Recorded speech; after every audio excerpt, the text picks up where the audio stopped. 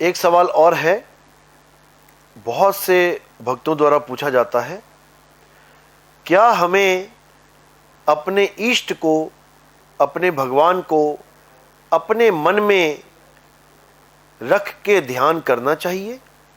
बहुत इंपॉर्टेंट सवाल है, अच्छी तरह समझना, क्योंकि आजकल ऐसे भी गुरु आ गए हैं जो आपको ये कहने लगे हैं कि हम कुछ दिनों में ही तुम्हें भगवान के दर्शन करवा देंगे।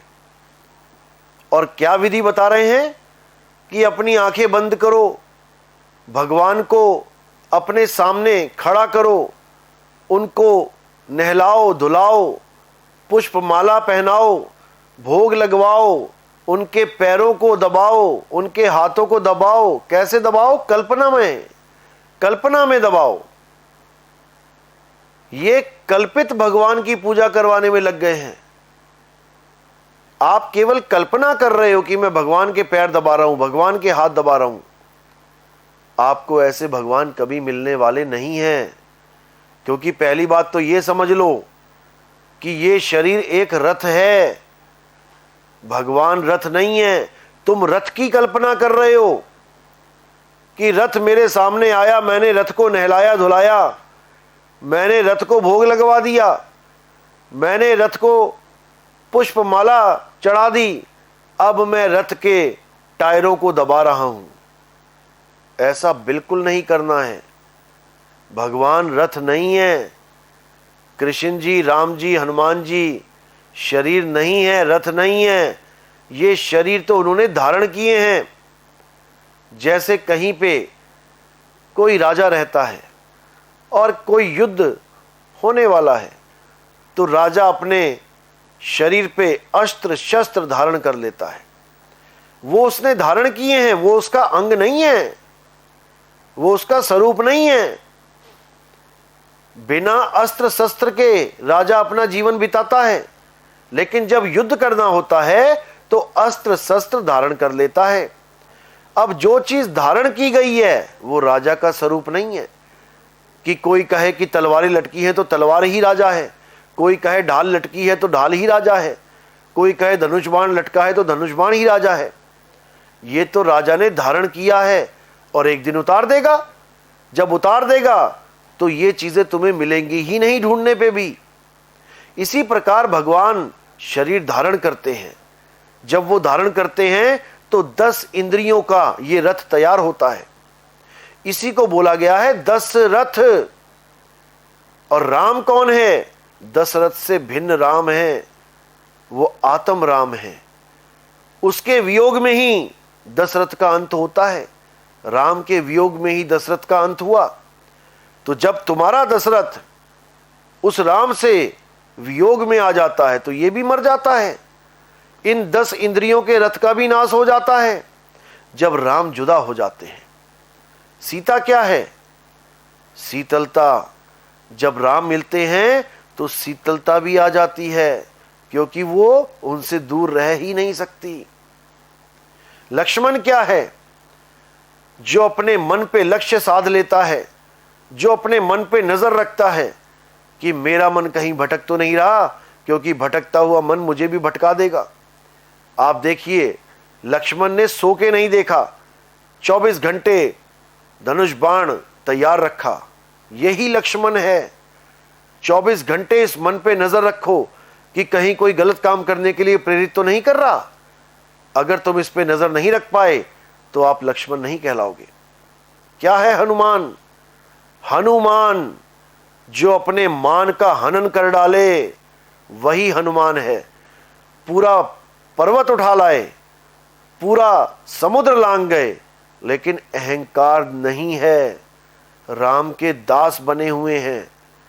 वही हनुमान है जो राम का दास बन जाए और अपने अहंकार का हनन कर दे।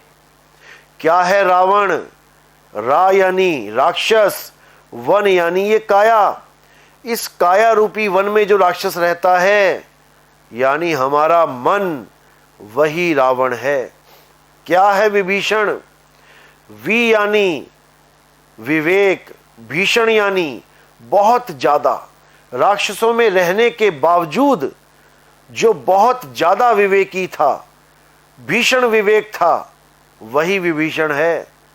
रावण के राज में रहता हुआ भी राम को याद कर रहा है। कौन है मेघनाद, कौन है कुंभकर्ण, जो मेघों की यानी बादलों की गर्जना को, यानी अनहद नाद को, यानी तत्वों की धुन को सुन के योगी बना बैठा है, वही मेघनाद है। वो राक्षस कैटेगरी में है। जो लोग दोनों हाथों से अपने अंगूठों को कानों में डाल के मेघनाद यानी उस बादलों की गर्जना को सुनते हैं, वही गर्जना आगे जाके माया के प्रभाव के कारण कभी शंख की आवाज, कभी वीणा की आवाज, कभी सारंगी की आवाज, कभी बांसुरी की आवाज में बदल जाता है। ऐसी साधना करने वाले राक्षस कैटेगरी में मेघनाद कहलाते हैं। क्या है कुंभकर्ण, जो कुंभक रेचक पूरक यानी प्राणों के द्वारा साधना करते हैं, वो कुंभकर्ण की श्रेणी में आते हैं। रावण भी नाभि पे ही साधना करता था, वो भी प्राणों की ही साधना करता था, सोहंग का जाप करता था। उसकी नाभि में जो अमृत था वो डुप्लीकेट अमृत था, क्योंकि अगर वो असली अमृत होता तो रावण की कभी मृत्यु ही ना होती। यानी डुप्लीकेट अमृत का मतलब गलत साधना। रावण अपनी साधना को सत्य मान बैठा था। वो नाभि पे ध्यान लगा के श्वासों के द्वारा साधना करता था, वेदों का ज्ञाता था। वही कार्य कुंभकर्ण करता था। तो ये दोनों तीनों ही राक्षस कैटेगरी में आते हैं। साधना करते हैं, भक्ति करते हैं, लेकिन राक्षस कैटेगरी में आते हैं। कौन है भरत? भरत का मतलब है जैसे हम भर्ती डलवाते हैं, नींव खुदवाने के बाद उसको भर्त पूरा करते हैं, पत्थर डाल के कूटते हैं, यानी भर देते हैं अच्छी तरह। तो भरत वो है जो पूरा प्रेम में भरा हुआ है। उसको किसी प्रकार का लोभ नहीं है, लालच नहीं है। उसकी मां ने उसके कारण राम को 14 साल का वनवास दिया, लेकिन उसके अंदर कोई जगह ही नहीं बची है जहां पर उस लालच को भरा जाए, इसलिए उसका नाम भरत है। विष्णु जो हर विश्व के अणु में विराजमान है, वही विष्णु है। और कौन से अणु? ये जो अणु चल रहे हैं, जो जीवित अणु हैं, पत्थरों में नहीं, मिट्टी में नहीं। इसके बारे में आपको हमारे सत्संग सुनने पड़ेंगे, तब समझ में आएगा क्यों पत्थर में नहीं और क्यों इस काया के साथ परमात्मा जुड़ा है। परमात्मा इस काया के साथ जुड़ा है तभी हाथ हिल रहा है, लेकिन पत्थर का हाथ नहीं हिल रहा है। क्यों?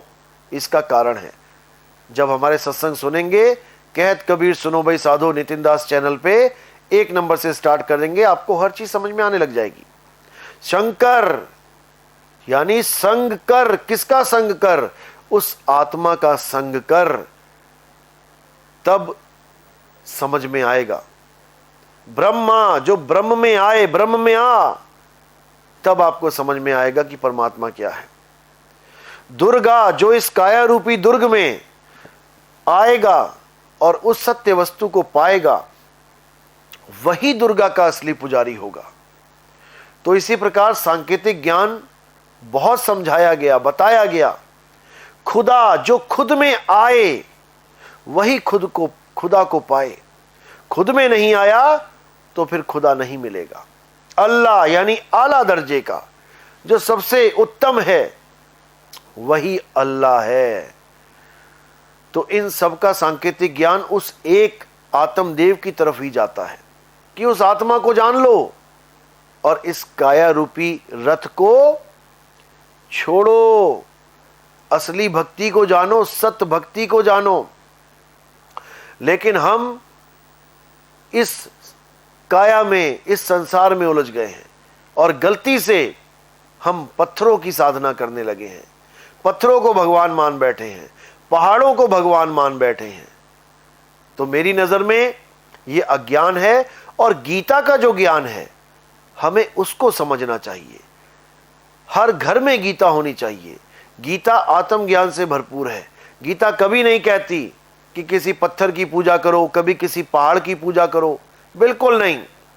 वो उसकी पूजा करने की बात करती है जो नित्य है, जिसको शस्त्र काट नहीं सकते, अग्नि जला नहीं सकती, वायु सुखा नहीं सकती, जल भिगो नहीं सकता, उस आत्मदेव को जानना ही गीता का मूल ज्ञान है, गीता का यथार्थ ज्ञान है।